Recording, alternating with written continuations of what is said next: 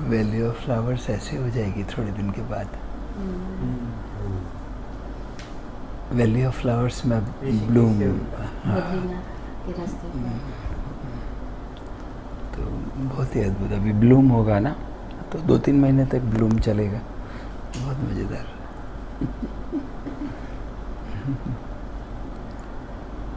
क्या हुआ है ना, परंपरागत रूप से जो लोग ध्यान की बात कर रहे हैं ना, तो जो भी लोग बातचीत कर रहे हैं कुछ एक आधा परंपरा को छोड़ के, वहाँ पे उन लोगों को चूँकि खुद को ध्यान का एक्सपीरियंस नहीं है, खुद को अनुभव नहीं है, तो फिर उन्होंने क्या किया, इधर उधर से कहाँ से कुछ लेके और अपना एक लेबल लगा के, और तो अब उनको खुद को उसका एक्सपीरियंस नहीं है, तो उसके विज्ञान के बारे में नहीं मालूम है उनको, और उनको विज्ञान के बारे में नहीं मालूम है, तो वो ऐसे ही कुछ तो भी, क्योंकि ज़्यादातर लोग तो फॉलो करते हैं ना, वो अपना इंटेलिजेंस तो अप्लाई नहीं करते है ना। जैसे मैं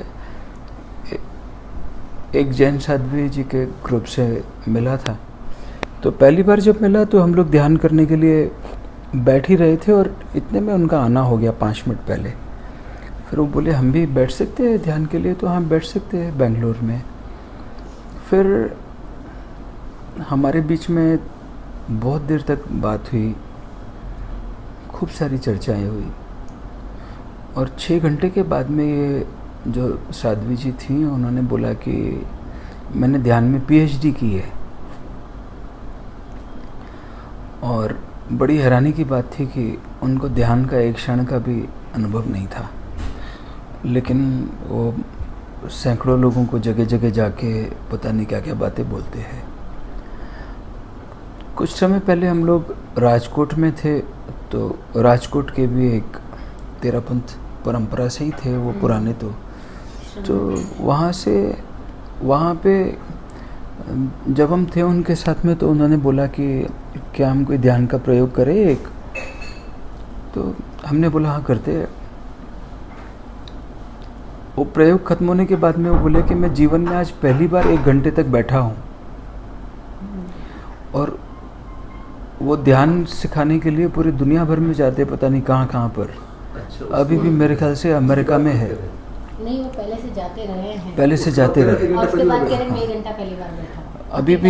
अभी भी वो अमेरिका में है प्रोबेबली।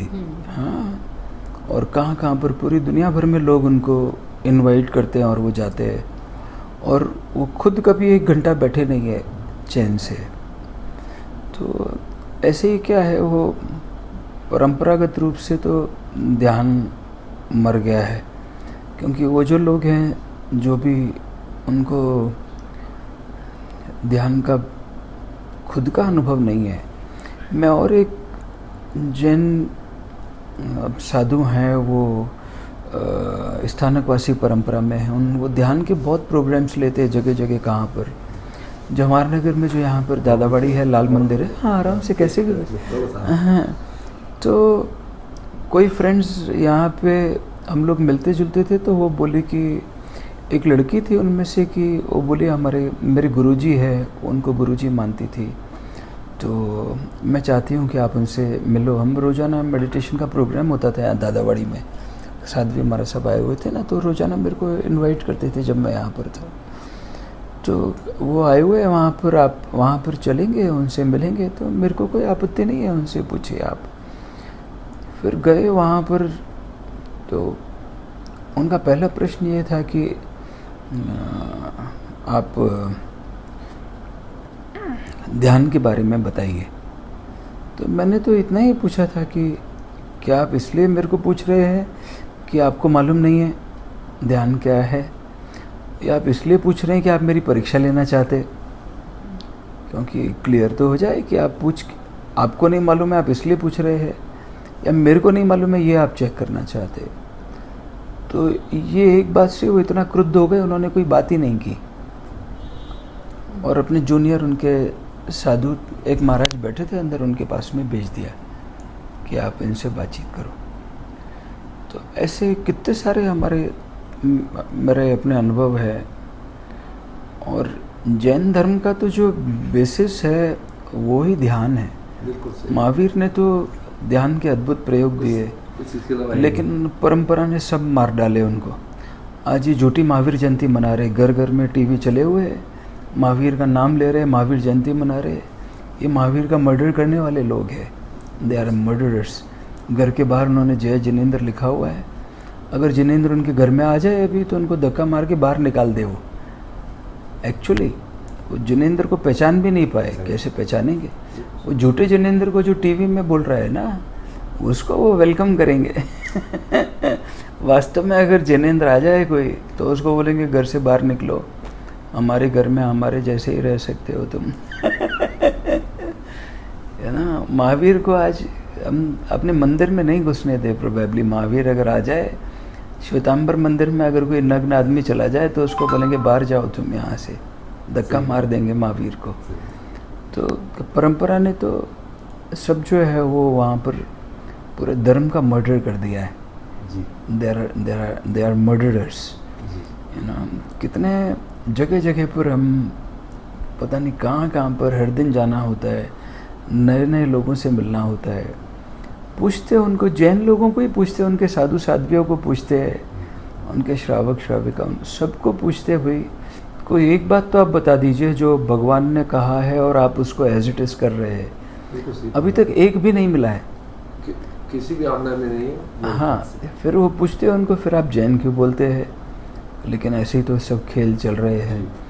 तो परंपरागत दृष्टि से तो ध्यान के जो प्रयोग है ना, वो उनके अनुभव से नहीं आए हैं, सामायिक महावीर के अनुभव से निकल के आया, प्रतिक्रमण उनके अनुभव से निकल के आया। लेकिन आज जो हम सामायिक प्रतिक्रमण कर रहे हैं वो तो वो प्रयोग ही नहीं है जो भगवान ने बताया है।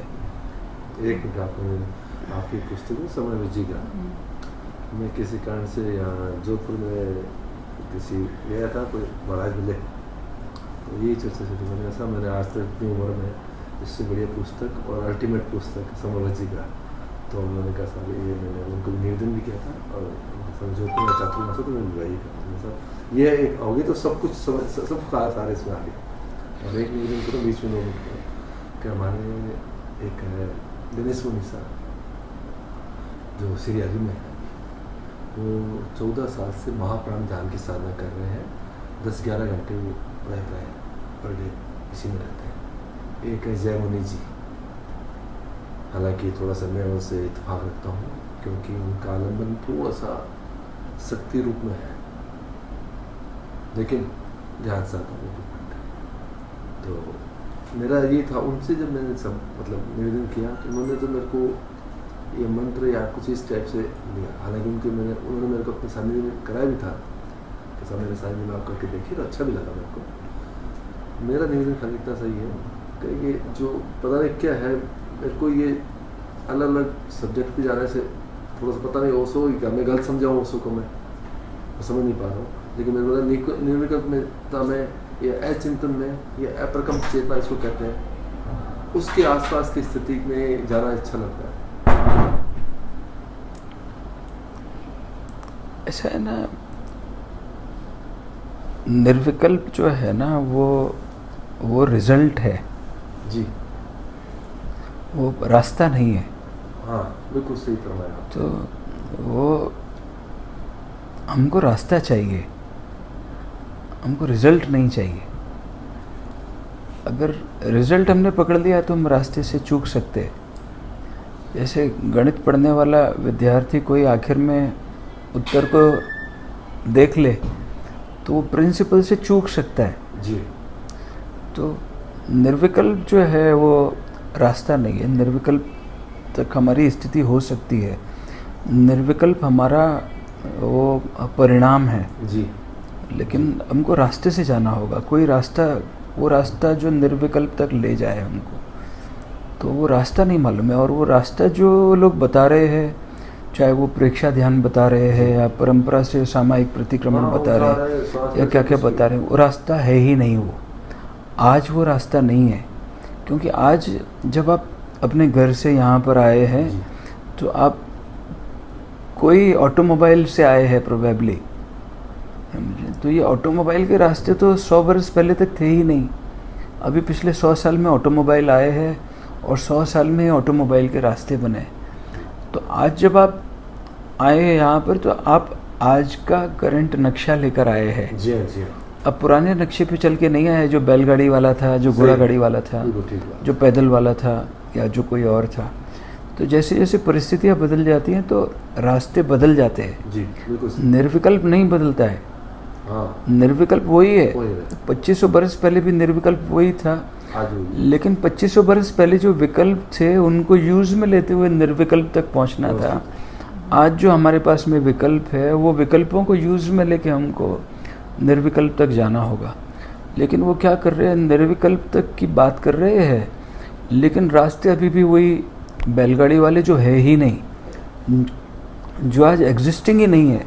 वो रास्ते से अगर कोई चलने लगेगा तो उसके भटकने की संभावनाएं खूब सारी है, उसके गुम हो जाने की संभावनाएं खूब सारी है ना। लेकिन वो पहुंच जाए वहाँ पे उसकी संभावनाएं बहुत कम है। उसके लिए बहुत बहुत ज़्यादा इंटेलिजेंस चाहिए, बहुत ही ज़्यादा इंटेलिजेंस। अदरवाइज़ क्या होगा कि वो परंपरागत रूप से वो उतना उनका प्रभाव है। हाँ, मैं एक संत से मिला था अभी थोड़े दिन पहले ही, उन्होंने शरीर छोड़ा है। तेरापंथ में उनका दीक्षा हुई और आचार्य उनके जो गुरु भाई थे, आचार्य तुलसी के गुरु भाई वो थे। और वहाँ पे उनको मालूम हो गया कि वो परंपरा का कोई अर्थ नहीं है, तो निकल गए वहाँ से काफ़ी ज़्यादा। ये माउंट आबू में संत अमिताभ हुआ करते थे, अभी थोड़े टाइम पहले शरीर छोड़ा उन्होंने। हाँ, तो मेरा निरंतर उनसे मिलना जुलना होता रहा। शरीर सुखकर्णी स्वामी थे वहाँ संबोधि में। नहीं, वो तो वो कुछ ऐसे ही करते हो सुखकर्णी ऐसे ही करते। खैर, हम उनके बारे में अब किसी के बारे में नहीं, हम तो रास्ते के बारे में कुछ बात कर रहे हैं। रास्ते में कौन कौन, तो संत अमिताभ बहुत मज़ेदार थे। उनके शरीर छोड़ने के 5 दिन पहले, 4 दिन पहले हम लोग वहाँ पर ही थे उनके पास। और मैं बहुत बार वहाँ पर गया हूँ, रहा हूँ, खूब बार रहा हूँ, लेकिन उनसे कभी मेरी बातचीत नहीं हुई है। और उस दिन उन्होंने खुद ने अपने कोई अनुभव हमारे साथ में शेयर किए कि आचार्य तुलसी के जो गुरु थे, उन्होंने जब उनकी मृत्यु हुई तब उन्होंने कैसे आचार्य तुलसी ने क्या वो प्रपंच करके और अपने आप को घोषणा करवाई। ऐसे कोई बात हमने नहीं पूछा उनसे, लेकिन उन्होंने बताया। पता नहीं क्यों उनको क्या उस वक्त हुआ। उनके ये जाने से 4 दिन पहले हम कोई लोग वहाँ पर ही थे। और फिर दोपहर में, हाँ मीठालाल जी, दोपहर में उनका साइलेंट सिटिंग का प्रोग्राम होता था। और साइलेंट सिटिंग के बाद में फिर हम ही लोग रह गए, बस सब लोग चले गए थे, हम लोग रह गए। तब उन्होंने खुद ने ये सब बातचीत हमको, पता नहीं उसके पीछे क्या उनका वो रहा होगा, लेकिन वो चाहते थे कि इन लोगों को जानकारी हो, ऐसा प्रोबेबली। तो वो बहुत मज़ेदार थे। कहाँ पर वो भी रहे, परंपरागत रूप से जो उनके भीतर जो स्थिति हो रही थी और परंपरा में जो परिस्थितियाँ थी वो सपोर्टिव नहीं होती है, उनको सपोर्ट नहीं है। तो परंपरागत रूप से ध्यान को सब लोगों ने वो करप्ट कर दिया है। पुराने तरीके से वो हमको चलाना चाहते हैं, लेकिन परिस्थितियाँ बदल गई है, हमारी स्थिति बदल गई है, हमारा मन बदल गया है। और मन बदल जाता है तो मन के पार ही तो निर्विकल्प हो सकते हैं। विकल्प तो मन में ही हैं सारे। तो वो जाना तो निर्विकल्प में चाहते, लेकिन विकल्प पुराने वाले यूज़ में लेना चाहते, तो वो कैसे हो सकता है एकदम।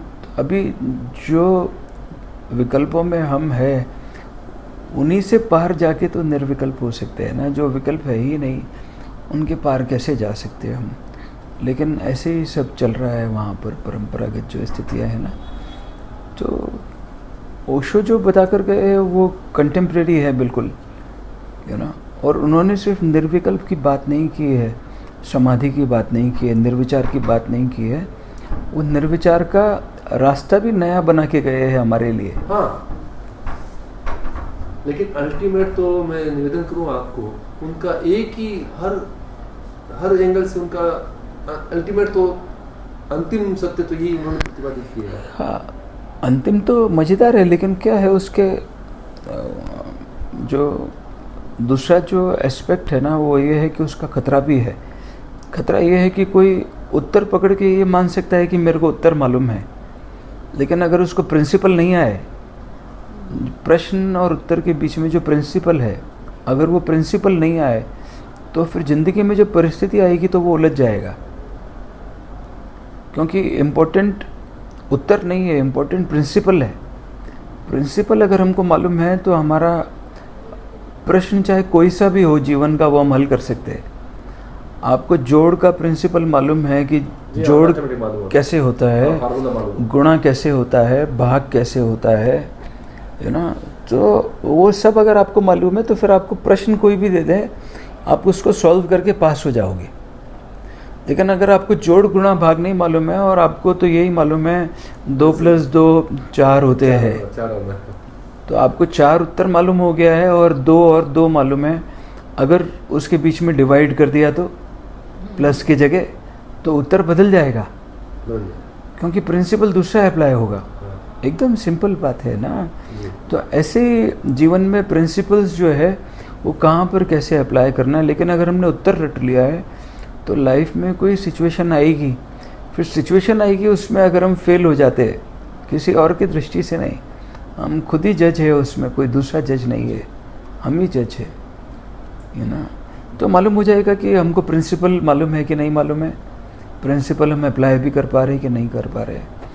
तो हमारा चैलेंज क्या हो गया है कि हमको उत्तर पकड़ा दिए जाते हैं और प्रिंसिपल का हमको आइडिया नहीं होता है। तो अगर प्रिंसिपल मालूम हो जाए तो फिर कोई भी प्रश्न दे देना, क्या फ़र्क पड़ेगा। कैसा भी प्रश्न दे दे, कितना भी भारी दे दे, बड़ा दे दे, कुछ भी दे दे, अगर मेरे को मैथमेटिक्स के प्रिंसिपल मालूम है तो मैं ये बोलूँगा कि आप मेरे को नहीं, ये मल्टीप्लिकेशन का क्वेश्चन मत देना, आप डिवीजन का क्वेश्चन मत देना। आप क्यों नहीं देना, सब दे दीजिए। अगर मेरे को प्रिंसिपल मालूम है तो मैं चैन की नींद सोऊंगा और बोलूँगा कल जब एग्ज़ाम आएगा तो कुछ भी दे देना, ये सॉल्व कर देंगे। एकदम सिंपल बात है। ऐसे ही हमारे साथ में चैलेंज किया हुआ है कि वो प्रिंसिपल तो नहीं मालूम है और आंसर जब हमको मालूम हो जाता है तो उसका बड़े से बड़ा खतरा है कि उत्तर मान के फिर हम निश्चिंत हो जाते हैं कि हमको उत्तर मालूम है। लाइफ जब परिस्थिति भेजती है तो फिर क्लियर हो जाता है कि ये तो गड़बड़ हो गया कुछ।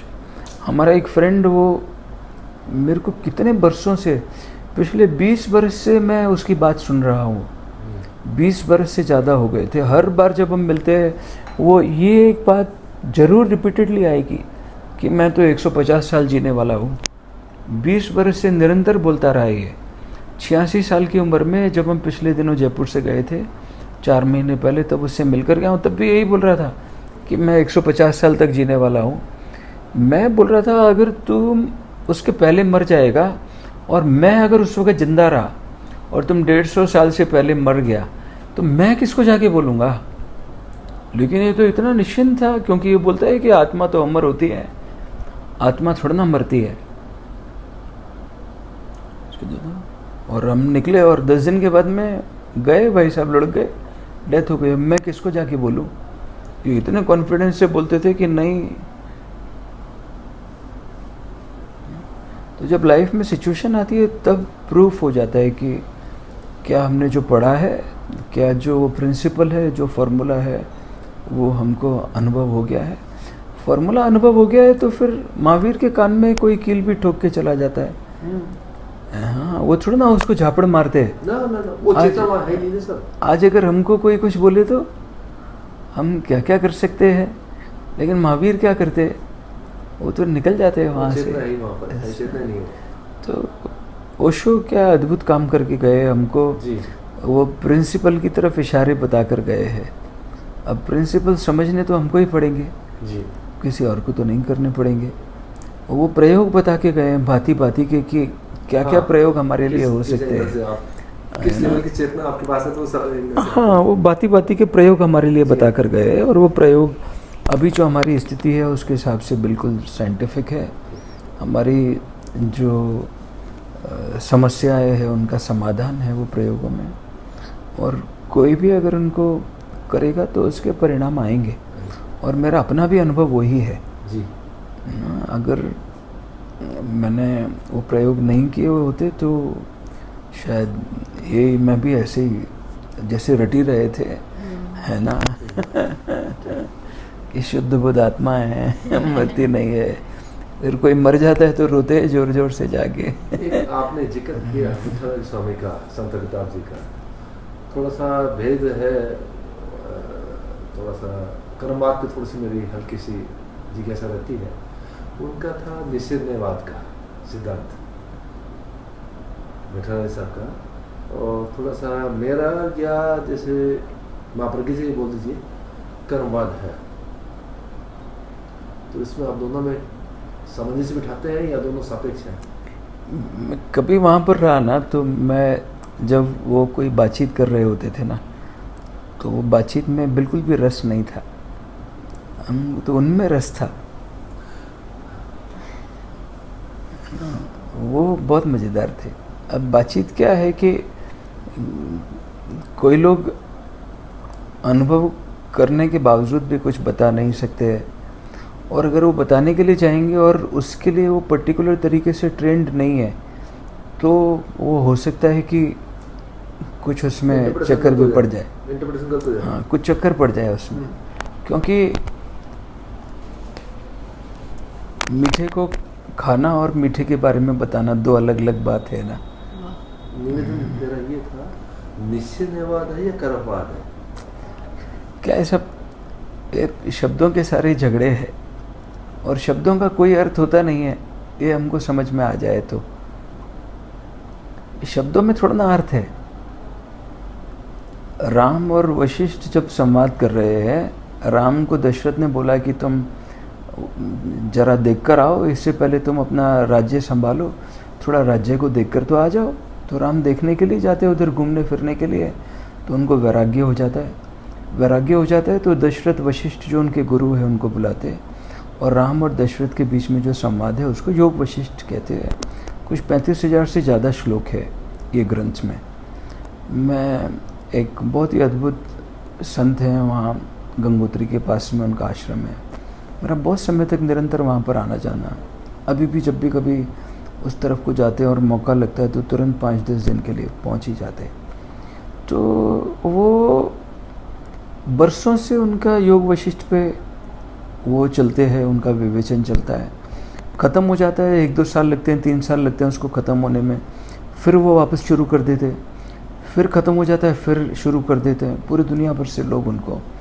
तो कुछ 30,000 श्लोक के बाद में वशिष्ठ राम को बोल रहे हैं कि शब्दों का कोई अर्थ नहीं है। तो 30,000 श्लोक बताने पड़े वशिष्ठ को भी राम को ये समझाने में। और कितनी अद्भुत बात है ना। अब ये ग्लास है, इसको मैं ग्लास बोलूँगा या कुछ भी बोलूँगा, ये थोड़ा ना बदल जाएगा, शब्द बदल जाएंगे। भाई आप इसको चश्मा बोलेंगे, स्पेक्टिकल बोलेंगे, क्या बोलेंगे, रीडिंग ग्लास बोलेंगे, ये चश्मा थोड़ा ना बदल जाएगा, शब्द बदल रहे।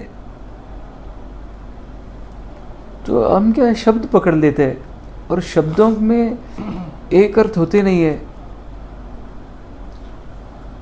आपका ठीक है। मैं आपने ये फरमाया कि शब्द के एक अर्थ नहीं होते, लेकिन दोनों को सापेक्ष को संधि स्थल तो हो नहीं, सापेक्ष भी तो एक ही के बारे में है ना।